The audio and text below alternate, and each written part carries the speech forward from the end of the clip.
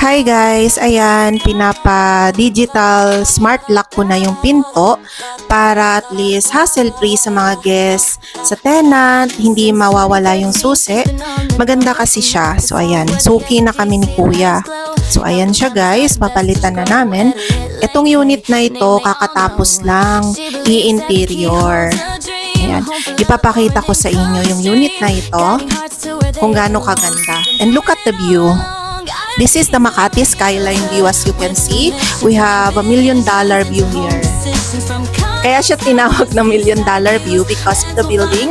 Kasi di ba ang building, it worth billions. Ayan guys, as you can see, ayun yung Air Residences, yung may kulay asul na building. Diyan ako nakatira. Maganda din yan for Airbnb.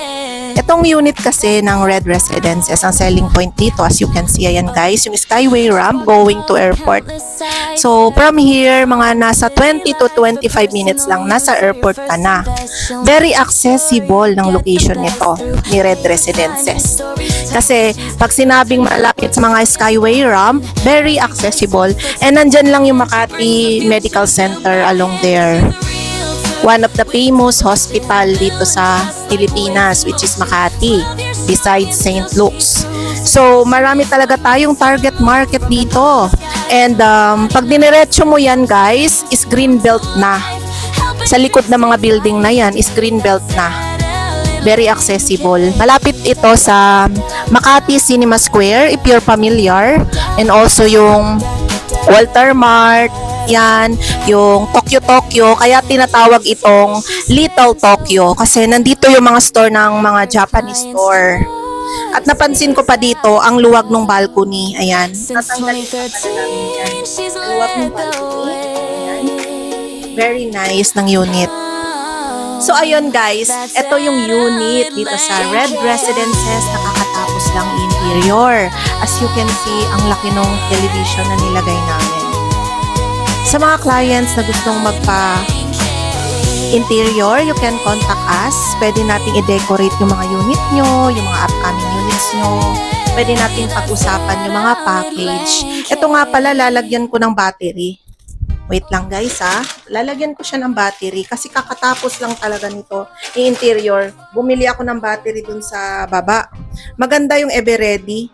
The Everready kasi matagal siyang mapundi. So, ayun. Ito guys, no editing. This is the life of a real estate. Actually, this is my part-time lang. Part-time. So, as you can see guys, yan, papaganahin natin siya. Kasaksak ba to? Ayan. So, ngayon ko lang papaganahin tong TV na to.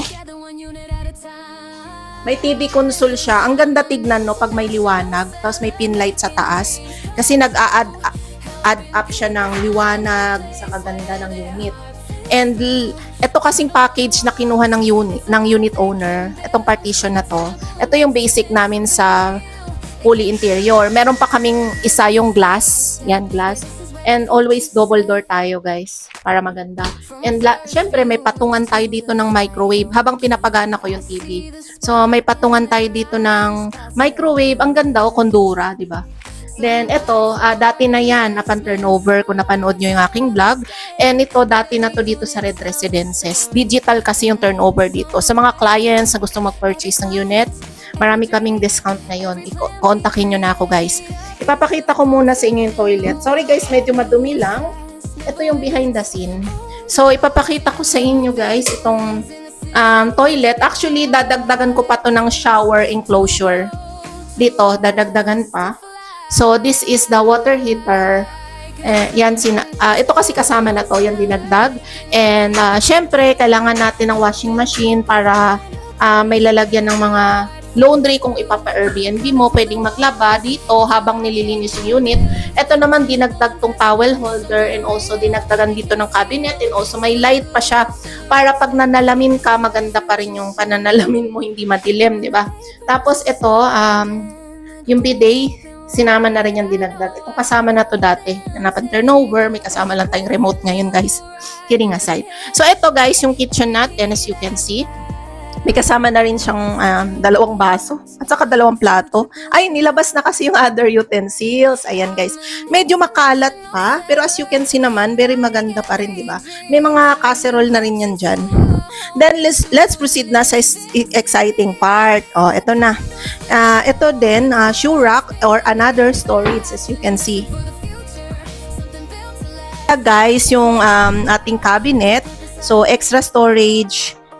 Lalagyan ng mga sapatos sa taas, and dito sa baba, ang plano ko dito, papalagyan ko ng lock para meron akong lalagyan ng storage for the Airbnb like tissue, guest kit, kasi pang 3 months yung bibilin kong stock. Tutulungan ko kasi yung unit owner na bili niya sa akin tong unit na to para idagdag sa listing ko, kasi I'm a super host para at least kumita din tong unit ni Sir.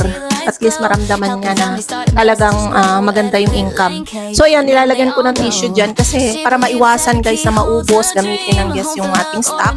Kailangan meron tayo dito na cabinet. Nilalagyan natin ng lock. And ito naman yung ating sofa bed. Very useful yan kasi yung may mga guest tayo na 4 sila. So kailangan nila yan. Ito mga pillowcase, dinagdag na yan.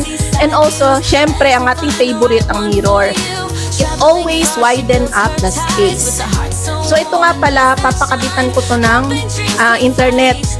Kinontak ko pa lang yung Woofy. Woofy pala guys is loadable, meaning pwede mo siyang loadan ng 1 year, wala siyang lock-in period. So yun, kailangan pang i-set up guys. I need Wi-Fi. Ang ganda ng TV yun, laki. So yan, meron pa rin dito mga storage. Yan.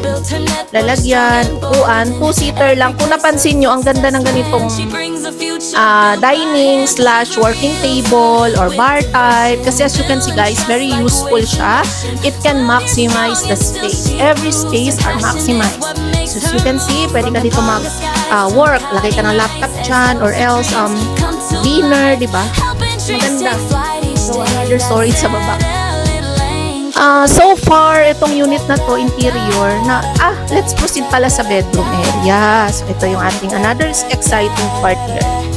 This is the bedroom area. As you can see, ang nilagay namin dito is queen size bed.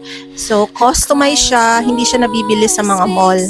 And, syempre, we always provide yung mga linens. Pero pag ipapa-Airbnb mo, kailangan pa rin dagdagan niya ng mga duvet. Duvet yung pamalot para hindi madumihan yung linens or yung ating comforter. And also, maraming pillowcase para at least may mga pamalit tayo. Itong bed cover, dapat meron ding bed protector. Bibilan ko rin to ng bed protector. Ayan, and another storage siya dito guys. So pwede rin dito maglagay ng stocks. Basta mayroon lang padlock. Pero feeling ko yun na lang gagamitin ko. Ayun. And ang ganda nito yung cabinet. 'Di ba? White kasi. Ang ganda ng white, hindi masakit sa mata. And we have here the vanity mirror and also / working table. Ayan, hindi pa ayos. Pero it's okay na, meron siyang mirror dyan. And syempre, ang ganda nung curtain niya, no? Diba? May ginagamit na kaming curtain na isa, yung mas elegant. Pero this one naman is doable pa rin. Maganda pa rin siya, lalo na yung kulay niya. 'Di ba, gray na hindi masakit sa mata. And also we have the decoration over here. And this is the balcony. Yan, $1 million view. Sa mga client na gustong magpa-interior, i-message nyo na ako dito sa aking Viber or WhatsApp na nakikita nyo sa screen. We can give you package from semi-furnished, basic interior, and fully interior or hotel concept. We can talk and discuss, guys. Again, thanks for watching and see you from my next one.